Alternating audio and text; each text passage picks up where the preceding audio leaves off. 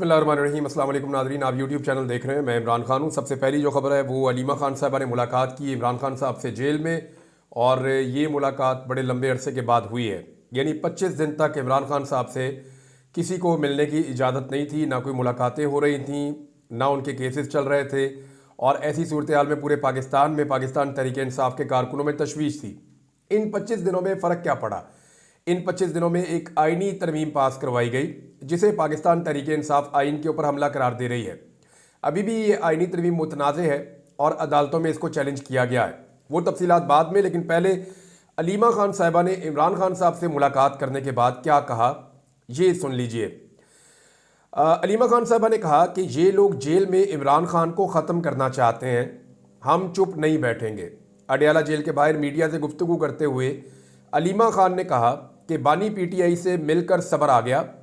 उन्होंने बताया कि उनके साथ क्या सलूक किया गया है। 3 अक्टूबर से बानी पीटीआई को जिस हाल में रखा गया वो नाकाबिले बयान है। सेल की बिजली काट दी गई जहां पे उन्हें बंद किया गया इमरान खान साहब को। अखबार टीवी सब कुछ बंद कर दिया गया था। इमरान खान को जो खाना दिया जा रहा था, इससे उनको वॉमिटिंग हो रही थी, उल्टियां आ रही थी उनको। 3 हफ्ते बाद उन्हें वर्जिश के लिए साइकिल दी गई है। सजाए मौत के कैदियों के साथ भी ये नहीं होता जो इमरान खान के साथ किया गया है। ये सारी चीज़ें मैंने आपको पहले बताई थी अपने सोर्स से खबर लेने के बाद कि इमरान खान को किस हालत में डाल दिया गया जेल में। क्योंकि मेरी इतला के मुताबिक इमरान खान साहब को 2 ऐसे लोग मिले हैं जेल जाकर जिनका उनसे मिलना कोई आम बात नहीं है। यानी ये वो लोग हैं जो जेल का अमला भी नहीं जानता कि कौन है, और वो अचानक रात के अंधेरे में आए, उन्होंने इमरान खान साहब से मुलाकात की, लेकिन उसके बाद इमरान खान साहब पर सख्तियां शुरू हो गई। अब जो बात समझ आ रही है, मुझे तो नहीं पता कि वहां पे बातचीत क्या हुई, मुझे ये भी नहीं पता कि वो कौन लोग मिलने आए थे। जो जेल में सोर्सेज हैं वो भी नहीं जानते कि ये कौन लोग हैं जो इमरान खान साहब से मिले थे। लेकिन ये जो भी लोग हैं, उन्हें उस मुलाकात के बाद शायद गुस्सा आया और इमरान खान साहब के लिए हालात को मजीद तंग और मुश्किल कर दिया गया।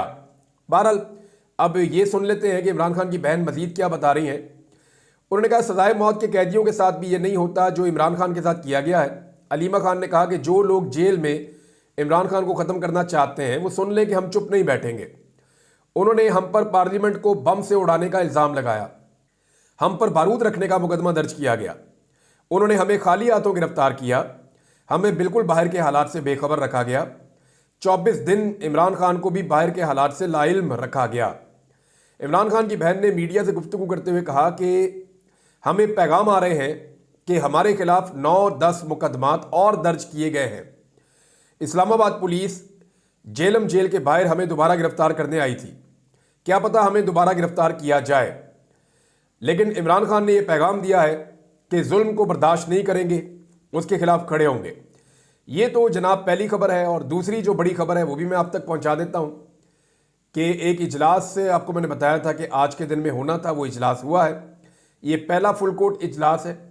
इस इजलास में ऑनलाइन शिरकत की है जस्टिस मंसूर अली शाह साहब ने, और तमाम जजेस मौजूद थे जस्टिस याया अफरीदी की सरबराही में। जो एलामिया है उसके अंदर खबर जो आई है वही हम आपको बता सकते हैं। सोर्सेज से तो खबर जो है वो बाद में सुप्रीम कोर्ट ऑफ पाकिस्तान में काम करने वाले जो जर्नलिस्ट हैं वो दे सकते हैं, या वहाँ से जो सोर्सेज है वो खबर देंगे। लेकिन फ़िलहाल पहली खबर ये है कि जो केसेज हैं उनकी तादाद बहुत ज़्यादा है। एक मैकेनिज़्म तैयार किया गया है और लायामल बनाया गया है कि किस तरीके से आगे बढ़ेंगे। और मंसूर अली शाह साहब जो हैं वो भी शामिल हुए, लेकिन ऑनलाइन शामिल हुए, और कुछ इतलात के मुताबिक उनका अपना बनाया हुआ एक मैकेनिज़्म जिस पे उन्होंने 2023 में काम किया था, उसके मुताबिक ये देखा जाएगा कि कैसे सुप्रीम कोर्ट ऑफ पाकिस्तान को आगे बढ़ना और काम करना है। यहां एक और बड़ी डेवलपमेंट है, और वो बड़ी डेवलपमेंट ये है कि पाकिस्तान तहरीक इंसाफ बाज़ाब्ता तौर पे शामिल हो गई है जुडिशल कमीशन ऑफ पाकिस्तान में। यानी पाकिस्तान तहरीक इंसाफ ने बाज़ाब्ता तौर पर जुडिशल कमीशन ऑफ पाकिस्तान का हिस्सा बनने का फैसला कर लिया, जिसके लिए पार्लियामान के दोनों ऐवानों से अरकान नामजद करने पे इत्तफाक किया गया है। यानी हुकूमत ने नाम मांगे ना जी, 2 नाम अपोजिशन के आएंगे और 2 नाम हुकूमत के आएंगे। तो अपोजिशन में तो पाकिस्तान तहरीक इंसाफ है, उनके 2 नाम आएंगे, और हुकूमत में जो है वो पीडीएम है, उनके 2 नाम आएंगे। तो इस तरह ये 4 लोग जो है वो ये जुडिशल कमीशन ऑफ पाकिस्तान के अंदर जाएंगे। यहाँ पे बाकी मेंबर्स भी होते हैं और जो सर्विंग जजेस हैं वो भी होते हैं। बाकी कुछ और मेंबर्स भी होते हैं। तो इस तरह जो जजेस की तकर्रियाँ होती हैं वो किस तरीके से होंगी, वो इसी के ज़रिए से होती है। अब जुडिशल कमीशन के अरकान की 1/3 तादाद कमीशन का इजलास तलब कर सकती है। 13 रुकनी कमीशन के फैसले अरकान की सादा अक्सरियत से होंगे। पहले ये 9 रुकनी होते थे, अब इनके अंदर 4 बंदे मजीद शामिल किए गए हैं, तो ये 13 रुकनी हो गया है। और अब जो फैसले हैं वो सादा अक्सरियत से होंगे, यानी 7 बंदे जिस तरफ चले जाएंगे फैसला उस तरफ हक में आ जाएगा। एक और बहुत इंपॉर्टेंट डेवलपमेंट हो रही है, अगर पाकिस्तान तहरीक इंसाफ ने इसमें कामयाबी हासिल करनी है तो हर हाल में एहसन भून को और जो आजम नज़ीर तारड़ साहब हैं उनके ग्रुप को इलेक्शन हारना होगा। यहाँ सुप्रीम कोर्ट में इलेक्शन हो रहा है, सुप्रीम कोर्ट बार काउंसिल का, सुप्रीम कोर्ट बार एसोसिएशन का जो इलेक्शन हो रहा है उसके अंदर इससे पहले आपको पता है कि एहसन भून साहब और आजम नज़ीर तारड़ साहब ने अपनी मनमानियाँ की हैं और इंसानी हकूक़ की बदतरीन खिलाफ वर्जियाँ जब पाकिस्तान में हो रही थी इन्होंने कोई आवाज़ नहीं उठाई, बल्कि इनके ग्रुप ने सहूलतकारी की मार कुटाई में, यानी सहाफ़ियों को गायब किया गया, शायरों को गायब किया गया, वकला को गायब किया गया, सियासतदानों को गायब किया गया, बच्चों को, बीवियों को, बहुओं को गायब किया गया। तो जितना जुल्म पाकिस्तान में हुआ और पाकिस्तान की अदलिया में जितनी ज़्यादा इंटरफेरेंस हुई इदारों की, और उसकी एक वजह बने एहसन भून साहब और जो आजम नज़ीर तारड़ साहब हैं इनका ग्रुप, क्योंकि पहले ये जीते हुए थे तो इन्होंने खामोशी इख्तियार की और ये एक मुजरिमाना खामोशी है। ऐसे में पाकिस्तान तहरीक इंसाफ ने जोर दिया है कि ये एक दूसरा ग्रुप है और प्रोफेशनल ग्रुप को सपोर्ट किया जाए, और प्रोफेशनल ग्रुप के जो उम्मीदवार हैं उनके नाम मैं आपको बता देता हूं। लेकिन इसमें पाकिस्तान तहरीक इंसाफ का ये कहना है कि एहसन भून और आजम नज़ीर तारड़ ग्रुप ने आइन और कानून की जंग लड़ने वाली बार्स को अपनी ज़ाती मुराद के लिए नून लीग और एस्टेब्लिशमेंट के पास गिरवी रख दिया है। बार की इज्जत और वकार की बहाली के लिए 29 अक्टूबर यानी कल वाले दिन 29 अक्टूबर को होने वाले सुप्रीम कोर्ट बार के इलेक्शन में मुनीर काकड़ पैनल को वोट दें और जूनियर वकला अपने सीनियर्स को मजबूर करें और उन्हें दरखास्त करें कि वो सही अरकान को वोट डालें। बहरहाल ये जो पैनल है ये मुनीर काकड़ पैनल है जिसके लिए वोट मांग रही है पाकिस्तान तहरीक इंसाफ, और इस पैनल के अंदर बाकी बहुत सारे लोग भी हैं, लेकिन मुनीर काकड़ पैनल है और प्रोफेशनल ग्रुप है जिसका नाम है, और वकला बड़ी अच्छी तरह जानते हैं कि कहाँ पे वोट करना है, क्योंकि इसको ज़ाती फ़ायदे और मफाद के लिए वाकई में इस्तेमाल किया गया है। हर किस्म की आइन के साथ खिलवाड़ हो, चाहे अदलिया के साथ खिलवाड़ हो, चाहे जजेस के साथ खिलवाड़ हो, चाहे 6 जजेस के ख़त का मामला हो, चाहे मुल्क में नाइंसाफ़ी का मामला हो, तो हर चीज़ के अंदर कंप्रोमाइज़ किया इसके आदत ने। तो क्या ये दोबारा इलेक्शन जीत कर आ जाएंगे? इसके लिए इस वक्त जो इतलात आ रही हैं वो ये है कि हुकूमत अपने तमाम ख़जाने इस्तेमाल कर रही है, अपने तमाम हुकूमत इख्तियारात इस्तेमाल कर रही है। दूसरी जानिब पाकिस्तान की एस्टेब्लिशमेंट भी चाहती है कि उन्हें अपनी मर्जी का वकला का पैनल दोबारा से मिल जाए सुप्रीम कोर्ट बार एसोसिएशन में।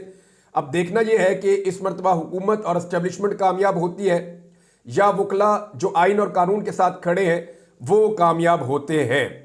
तो ये भी एक इशू है। दूसरा, पाकिस्तान तहरीक इंसाफ ने वो चीज़ें जिन्हें वो पहले चैलेंज नहीं कर रही थी अब बड़ी तेज़ी से उन्हें चैलेंज करना शुरू कर दिया है। मिसाल के तौर पे एक तो पाकिस्तान तहरीक इंसाफ ने इलेक्शन कमीशन ऑफ पाकिस्तान के खिलाफ तौहीन अदालत की दरखास्त दायर कर दी है। हमने जब पाकिस्तान तहरीक इंसाफ से पहले ये बात पूछी कि 26 जुलाई का फैसला आया हुआ है, मखसूस नशिस्तें आपको मिलनी चाहिए, तो आप तौहीन अदालत की दरखास्त क्यों नहीं दे रहे इलेक्शन कमीशन के खिलाफ? तो तहरीक इंसाफ के लोगों ने साफ कहा था कि हम ये इसलिए नहीं कर रहे कि काजी फायद ईसा साहब हैं और वो इलेक्शन कमीशन को प्रोटेक्ट करेंगे, वो अपनी मर्जी का बेंच बनाएंगे, इलेक्शन कमीशन ऑफ पाकिस्तान को बचाने की कोशिश करेंगे। लेकिन अब क्योंकि काजी फायद ईसा साहब किस्सा पारीना हो गए और वो चले गए, रिटायर हो गए, तो उसके बाद अब उम्मीद कर रही है पाकिस्तान तहरीक इंसाफ, तो उन्होंने फौरी तौर पर इलेक्शन कमीशन के खिलाफ तौहीन अदालत की दरखास्त दायर कर दी है। सलमान अकरम राजा की जानिब से दरखास्त दायर की गई और इलेक्शन कमीशन के अरकान को इसमें फरीक बनाया गया और यह कहा गया कि 12 जुलाई को अदालत ने कहा था, फुल कोर्ट ने यह फैसला दिया था कि ये सीटें पाकिस्तान तहरीक इंसाफ को दी जाएं। लेकिन लंबा टाइम गुजरने के बावजूद अब तक इलेक्शन कमीशन ऑफ पाकिस्तान ने जो है वो हीले बहाने बनाकर ये सीटें पाकिस्तान तहरीक इंसाफ को नहीं दी हैं। और चीफ जस्टिस ऑफ पाकिस्तान काजी फायद ईसा की सरबराही में 13 रुकनी फुल कोर्ट बेंच ने इलेक्शन कमीशन के फैसले को गैर आईनी करार दिया था और जस्टिस मंसूर अली शाह साहब की जानिब से यह फैसला लिखा गया था। और सिर्फ चंद जजेस ने इसकी मुखालफत की थी, जिनमें जस्टिस कादी फायद ईसा थे, जमाल मंदोखेल थे, नईम अफगान थे, अमीनुद्दीन खान थे और जस्टिस याया अफरीदी ने दरखास्तों की मुखालफत की थी। बहरहाल अब इसके ऊपर अमल दरामद करवाना भी एक बड़ा टास्क या टारगेट है जस्टिस याया अफरीदी का या सुप्रीम कोर्ट ऑफ पाकिस्तान का। दूसरा, एक दरखास्त और लगा दी गई है और वो दरखास्त है फौजी अदालतों के हवाले से। ये भी तफसीलात मैं आपको बता देता हूँ। सिविलियंस के फौजी अदालतों में ट्रायल का जो केस है उसके हवाले से समाअत जल्द मुकर्रर करने के लिए सुप्रीम कोर्ट में दरखास्त दायर कर दी गई है और इस मुकदमे को नवंबर के दूसरे हफ्ते में मुकर्रर करने की इस्तदा की गई है। यानी अब जो फौजी अदालतों वाला मामला है वो भी सुप्रीम कोर्ट ऑफ पाकिस्तान में जल्द लग जाएगा, जबकि तहरीक इंसाफ ने इलेक्शन कमीशन को भी मजबूर करना शुरू किया है कि हमारी मखसूस नशिस्तें हमें वापस की जाएं, वरना तौहीन अदालत का एक नोटिस उनको जारी होगा और उनको एक नई सिचुएशन का सामना करना पड़ेगा।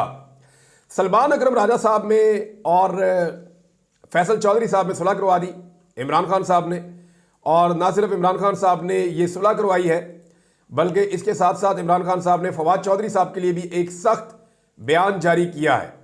इमरान खान की जानिब से पार्टी और क़यादत के खिलाफ बयानबाजी से फवाद चौधरी को बाज रहने के लिए पैगाम दिया गया है और उसके बाद फवाद चौधरी साहब ने मुंह पे उंगली वाला एक इमोजी जो है वो ट्वीट किया और उन्होंने कहा ठीक है मैं आप खामोश रहूँगा।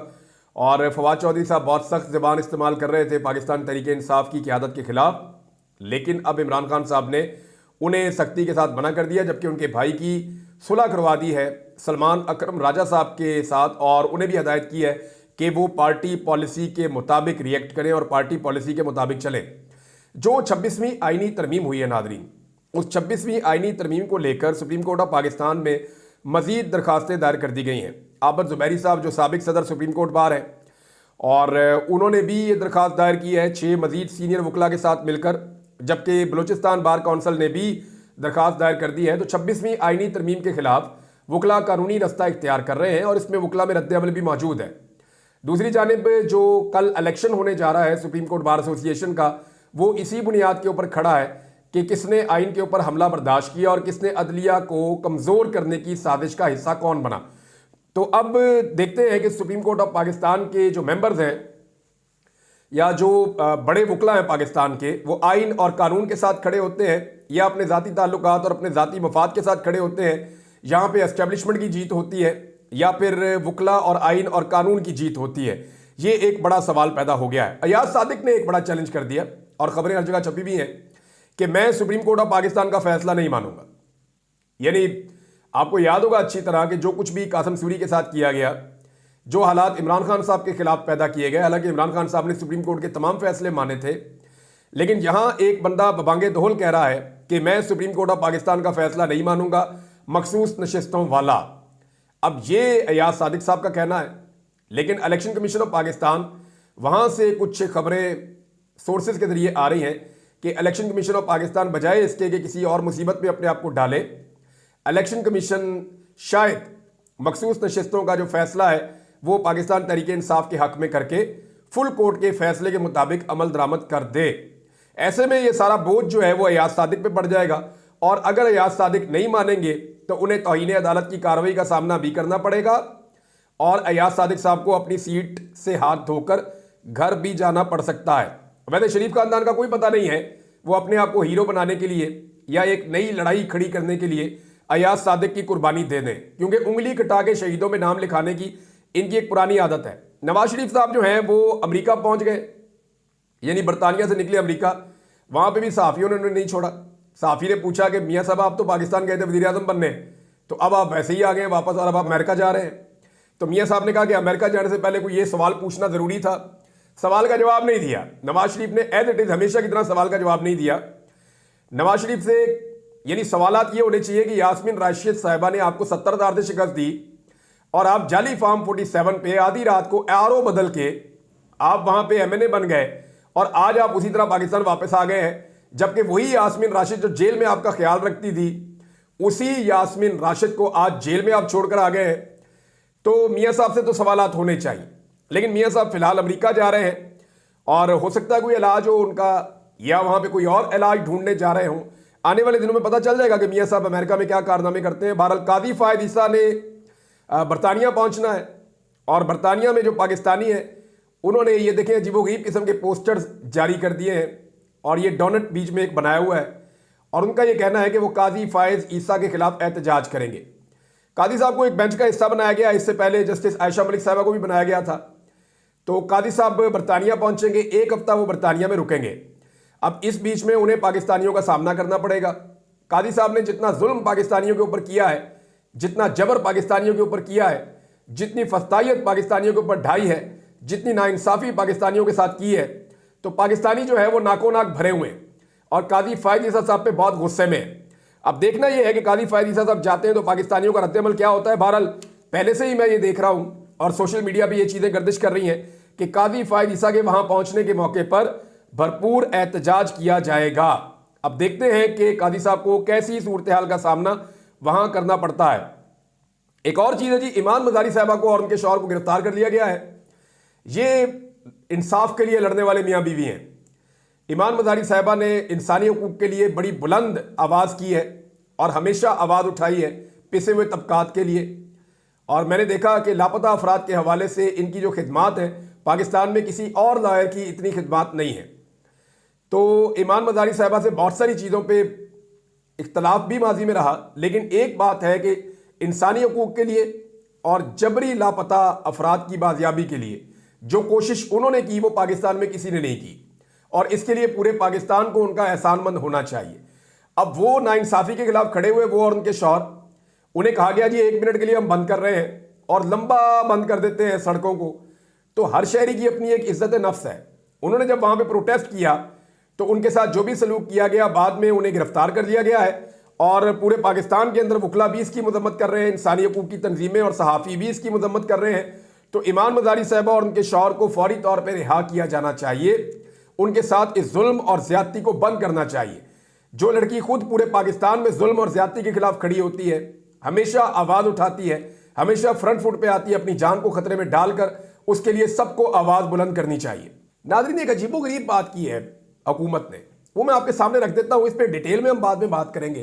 हुकूमत कहती है कि जो जजेस मुतनाज़ हैं हुकूमत की नज़र में, वो आईनी बेंच का हिस्सा ना बने।